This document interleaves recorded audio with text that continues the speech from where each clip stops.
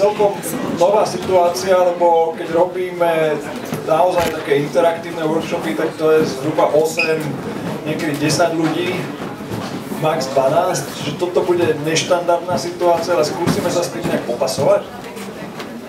A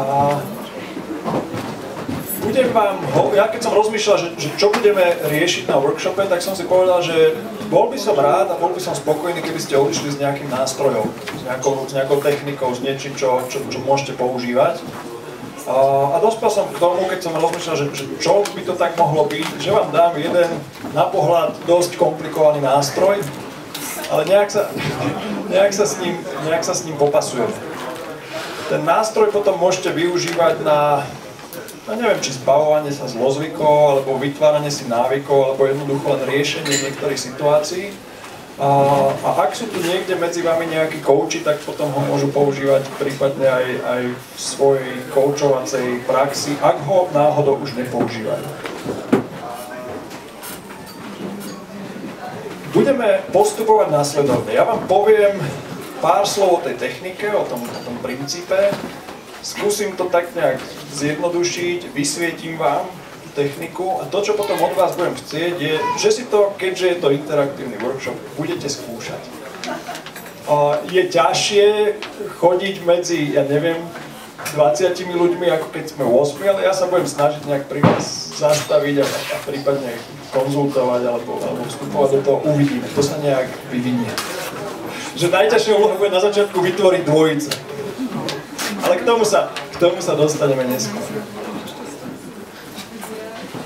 Ten nástroj alebo tá technika, keby ste ho niekedy chceli hľadať niekde na webe alebo v literatúre, má názov tzv. Instant Payoff coaching alebo Instant Payoff technika. A Instant Payoff v preklade znamená s okamžitým účinkom. Nakoľko to má okamžitý účinok alebo nemá okamžitý účinok, to nechám na zhodnotenie a zváženie každého jednotlivo. Nezlaknite sa toho, keď vás teraz prevediem schémou, ale predstavte si, že ideme spoločne riešiť nejaký problém, ideálne nejaký problém v správaní. Celá tá prezentácia, prednáška bola v podstate cielená na správanie. A keď riešime nejaký problém v správaní, tak ten úplne prvý bod, alebo ten úplne prvý krok, ktorý potrebujeme urobiť na to, aby sme vôbec vedeli, o čo sa jedná, čo ideme riešiť, je vedieť si popísať súčasný stav. Vedieť si popísať to správanie, s ktorým asi nie som spokojný, keď ho chcem ísť meniť, alebo keď mám potrebu ho riešiť, alebo nejakým spôsobom meniť. A ten prvý krok je teda pochopenie a popísanie súčasného stavu. Tam za tým reproduktorom nám vznikol jeden nápis, ktorý hovorí analýza. V podstate to hovorí len o tom, že sa máte veľmi zamyslieť nad tým, čo je ten súčasný stav, s ktorým nie ste spokojní. Ja si vymyslím nejakú vec, dajme tomu, nie som spokojný s tým, že sa nevenujem nemčine. Príklad. Nie som spokojný s tým, že sa nevenujem nemčine, chcel by som sa učiť po nemecky, ale neučím sa. Na strednej škole som maturoval z nemčiny, ale popri tom som všetko pozabúdal, je to škoda. Mal by som sa venovať nemčine. Ten súčasný stav je, venujem sa nemčine 0. Ja sa nevenujem vôbec. Z času na čas sa mi stane, že vidím niekde v telke nejakú nemeckú reláciu, ale to sa ani nedá počítať. Je niekto taký, kto má podobný scenár, že by sa chcel venovať nejakému jazyku, ale venuje sa mu vôbec alebo málo? Prípadne.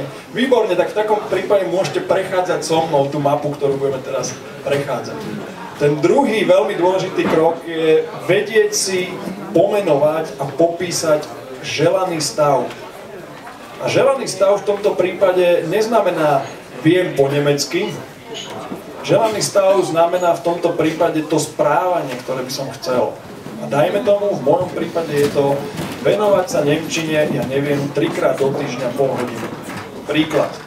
Tam je dôležité pri tom želanom stave vedieť si ho nastaviť tak, aby ten želaný stav bol realistický, ale do toho nebudeme zachádzať, to je opäť na jednu takú dlhšiu diskusiu.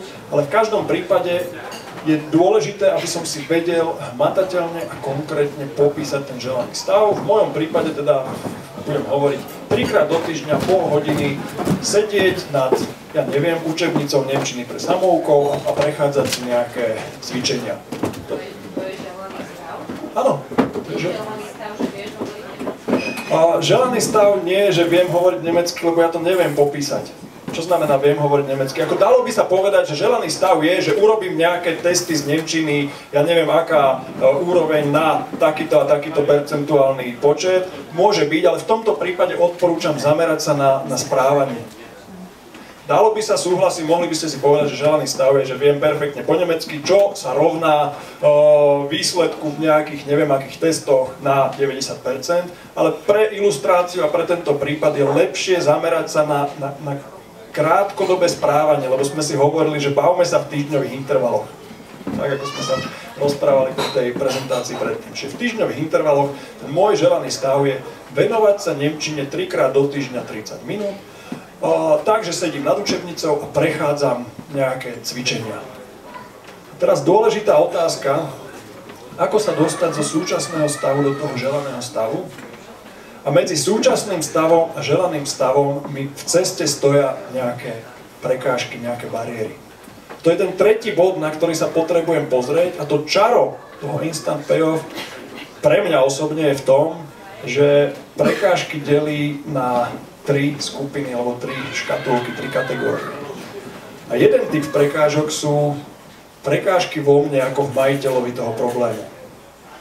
Čiže čo je to vo mne, čo mi bráni 3-krát do týždňa si sadnúť k nemčine a pol hodinu sa jej venovať?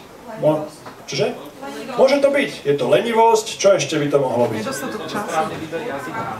Nesprávny výber jazyka, nedostatok času, lebo som príliš zanepráznený ďalšími vecami, inak stanovené priority a tak ďalej a tak ďalej. V tomto kroku to, čo robím, je snažím sa spísať všetky možné veci, ktoré sú bariérou vo mne ako v majiteľovi problému, alebo sú to bariéra na mojej strane. Čiže čo sú tie jednotlivé veci, ktoré mi bránia dostať sa z toho súčasného stavu do toho želaného stavu. A to nie je všetko. Ten druhý krok hovorí o tom, čo sú tie bariéry, ktoré mi bránia v ostatných ľuďoch okolo mňa. A to môže byť, ja neviem, vymýšľam si, že môj šéf mi nakladá toľko práce, že ja potom nemám čas, alebo, ja neviem, firma ma nechce podporiť v rozvoji jazyka, alebo keď už si aj sadnem k nemčine, tak príde rodina a povedia mi, čo si tu zavretý, poď sa s nami niekde prejsť, alebo čokoľvek. Tých bariér na strane ostatných môže byť kvantum a opäť je mojou úlohou si vedieť ich spísať jednu po druhej a čím dôslednejšie s tým pracujem, tým lepšie, lebo si vytváram taký ten balík bariér. A ten tretí typ bariéry, alebo tá tretia škatulka je bariéra v systéme ako takom. Čiže nie vo mne, nie v ľuďoch, ale v systéme.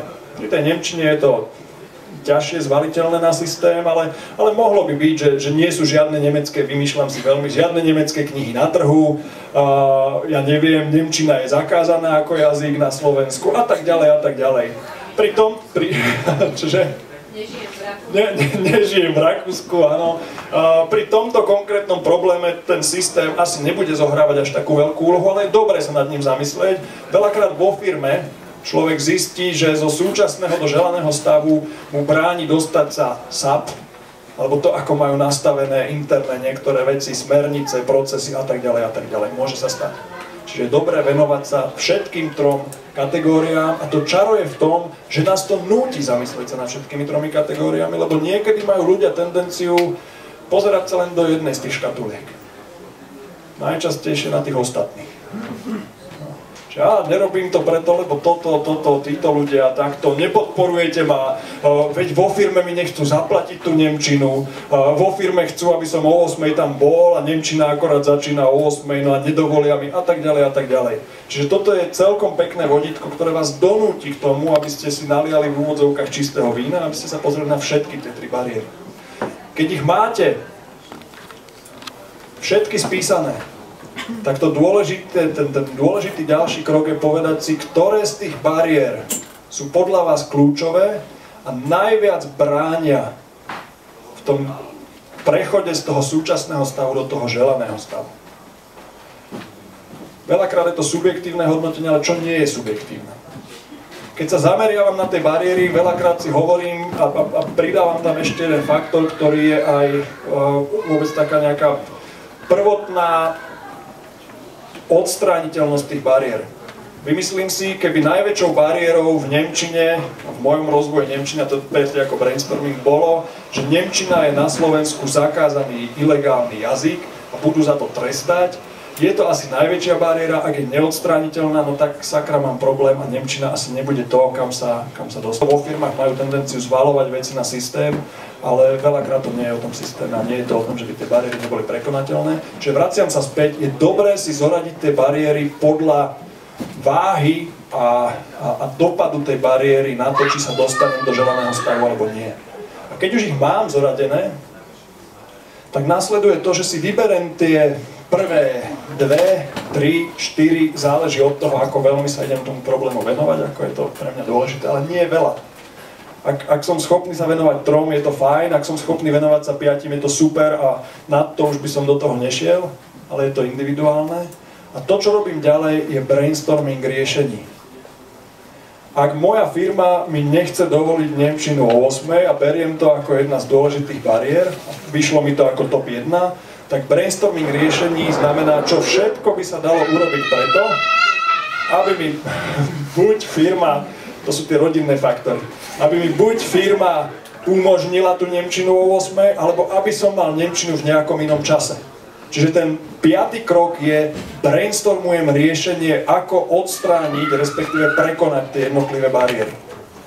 A keď si... Povedz to nahlas.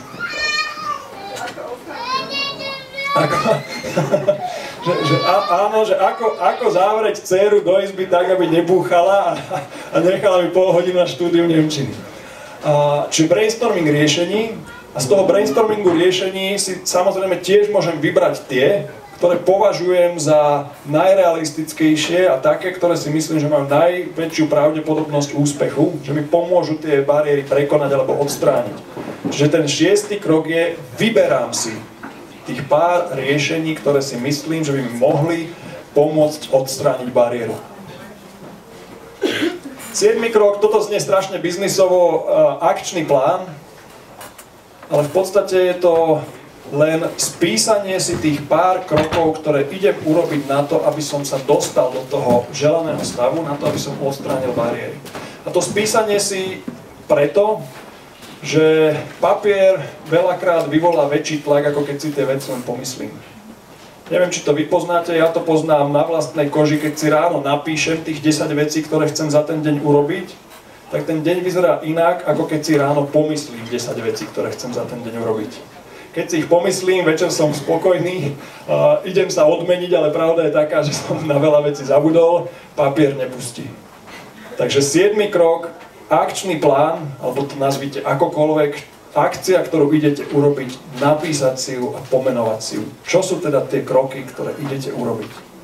A to, čo nasleduje, je dať tomu nejaký čas, počas ktorého tie jednotlivé kroky idete skúšať. My už sme sa bavili o jednej veci, že týždeň je málo v tomto prípade. Čiže na to, aby ste si vytvorili nejaký návyk, na to, aby ste si automatizovali niektoré veci, tak ja som tam hovoril číslo 40-60, ktoré mám z výskumov. Moje osobné výskumy hovoria 3 až 6 mesiacov. A Maxim Strašun, ktorého keď si vygooglite, má jednu fantastickú prednášku na Maxman University, on hovorí takú svoju slávnu vetu: dávam tomu rok a uvidím. Dávam bolševikovi rok, maximálne 2. Čiže tu je dôležité nastaviť si ten čas, po ktorom sa pozriem na to, či tie akčné kroky, ktoré som si určil, by zafungovali alebo nie. A tá technika vám nesľubuje, že tie akčné kroky zafungujú. Tá technika vás len drží v rámci nejakého procesu a môže sa vám stať, že po mesiaci sa pozrete a zistíte, že fúha, no tak učil som sa nemčinu, ale iba raz do týždňa a 20 minút nie je to úplne ono, stále nie som v tom želanom stave. Čo vtedy? Odznova. Áno. Máte možnosť tým prejsť odznova, máte možnosť si sadnúť a povedať si, OK, niekde som asi niečo podcenil a máte možnosť tým prejsť celým odznova. A trochu upraviť ten akčný plán. Čiže po nejakom čase, po tom čase, ktorý si poviete alebo stanovíte, dochádza k vyhodnoteniu. A buď ste teda spravili perfektnú prácu a už veci bežia, alebo sa niekde stala drobná chyba a vtedy korigujete a skúšate znovu. Nehovorím, že to je technika, ktorá vás vždy dovedie k tomu želanému stavu. Už sa mi niekoľkokrát stalo, že sme prešli tým cyklom, prešli sme ním dvakrát a potom sme zistili, že to proste nie je reálne. Že sa do toho želaného stavu nedostaneme a vtedy sa bavíme o skôr zmene mindsetu a nastavenia, že či ten želaný stav je to, čo naozaj chcem, alebo chcem niečo iné, ale do toho by som nechcel zabrdať. Čiže ten nástroj, ktorý teraz vám dávam na vyskúšanie, je tu. Čiže 7 krokov. Vo vašom prípade to, čo od vás budem chcieť, keďže to je interaktívny workshop, je, že budete pracovať vo dvojiciach, že si sadnete spolu a vyberete si akúkoľvek vec, a to nemusí byť štúdium jazyka, to môže byť čokoľvek, na čom by ste chceli pracovať, čokoľvek, čo by ste chceli zlepšiť, a pomôžte tomu druhému človeku v dvojici prejsť tými jednotlivými krokmi a reálne sa bavte o reálnej veci a uvidíme, ako sa to vyvrbí. A keď sa bavíme o čase, bolo by fajn, keby ste tým prešli do 15 minút. Možno niekto pôjde rýchlejšie, keď niekto pôjde pomalšie, tak ho asi zastavíme. A po tých 15 minútach sa chvíľu porozprávame a potom si vymeníte úlohy. A to bude vlastne celé, čo dnes prejdeme. Tak, otázky k tomu. Čo zostalo nevyjasnené, nezrozumiteľné? Čo som nevysvetlil?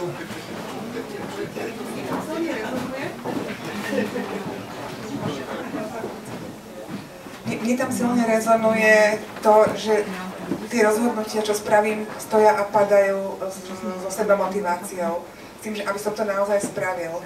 A tá sebamotivácia tak často nie je. Čiže ja si môžem ako skočiť vlastne naozaj pri tom akčnom pláne a žiadne iné prekážky nie sú len tie, ktoré sú vo mne a ktoré ma povedú k tomu, že aby som naozaj spravila ten krok.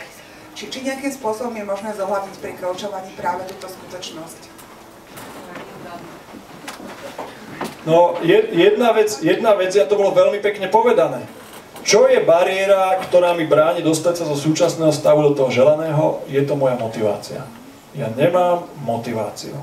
A keď sa potom bavíme o brainstormingu riešení, ak mi motivácia vyjde, že tak toto je vec, ktorá je absolútne alfa omega, no tak v tom kroku číslo 5 brainstormujem, že čo vôbec môžem urobiť na to, aby sa zvýšila moja motivácia. Či to bude learning buddy, či to bude nejaké odmenenie sa, či je tam niečo, čo dokážem vybrainstormovať a môže mi výjsť, že je tam 0,0 nič. Že proste ja s tou motiváciou nepohnem. A v takom prípade sme sa dostali do slepej uličky a v takom prípade to môžeme rovno odstrihnúť, ak tam tá motivácia nie je a nie sme schopní nejako vymyslieť, či už to robím individuálne, alebo to robím so svojím coachom, nie sme schopní vymyslieť nič, čo by ma motivovalo, no tak potom sa na to pozrime, že prečo vlastne by som chcel ten želateľný stav, keď k nemu nie som motivovaný. Ale aj motivácia je len bariéra, v tomto prípade na strane majiteľa problému. Že ak tam máte, že nie som motivovaná, tak si napíšete, nie som motivovaná. Ak je to bariéra číslo 1, najsilnejšia, tak brainstormujete veci, ktoré by vám pomohli stať sa motivovanou alebo motivovaným. A ak nič také nevymyslíte, hold, niekedy sa nedá. Ja netvrdím, že vždy všetko sa dá vyriešiť. A potom je to možno skôr o práci, či mi to veľmi vadí, alebo sa s tým stavom dokážem zmieriť. Ak mi to veľmi vadí, tak potom zase to sú vidieť veci v súvislostiach. No, ak mi to veľmi vadí, ako to, že nie som motivovaný. No, a možno, že mi to nevadí a v takom prípade to proste neriešme a sústreďme sa na úplne iné veci v živote. Otázka? Moja otázka je, na mňa to doteraz pôsobilo ako taký veľmi akože vnútorný osobný proces, ktorým si má človek prejsť, ale vidím tam niektoré tie body aj pri definovaní prekážok, aj pri tom vyhodnotení, kedy by bolo možno dobre zapojiť nejaký externý faktor alebo nejakú ďalšiu osobu druhého človeka, že do akej miery je toto posúvajúce, do akej miery je to rizikové a či vôbec sa to odporúča. Odpoviem za seba. Nie som až taký frajer, aby som to zvládal sám.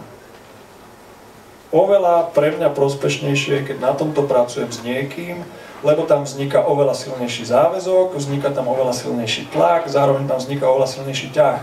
Čiže z môjho pohľadu pre ľudí, ktorí majú najsilnejšiu vôľu a a takú tú sebadisciplínu, je to individuálny nástroj a dokážu tým celým prebehnúť. Pre ľudí, ktorí nemáme až takú pevnú vôľu, tak je lepšie týmto prechádzať za pomoci nejakej druhej strany. A to je jedno, či to je proste človek, ktorému verím, či to je coach, či to je môj manažér, či to je úplne jedno. Proste to je skôr o individuálnom nejakom výbere. Okay. Zodpovedal som? Ešte niečo, čo som nedopovedal, zostalo nevysvetlené? Napadá k tej trojke, že v podstate, ak tú trojku zle vyhodnotím, tak to môže celé zlyhať. A že potom, ak zle identifikujem tie prekážky a teda na nich pracujem, tak pracujem zbytočne a ešte ma to demotivuje.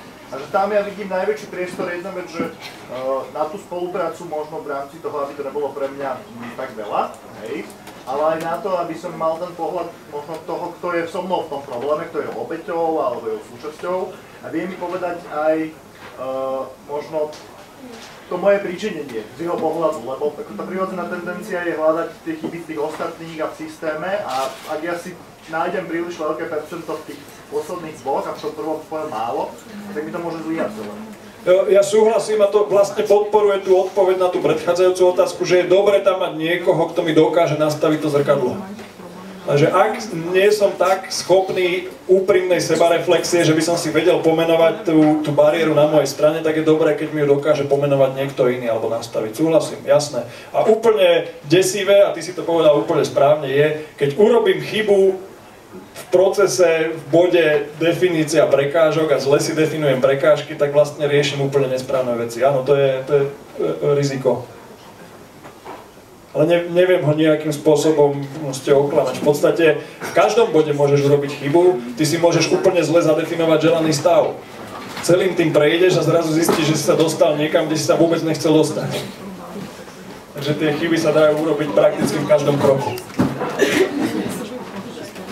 OK. Môžeme ísť do toho?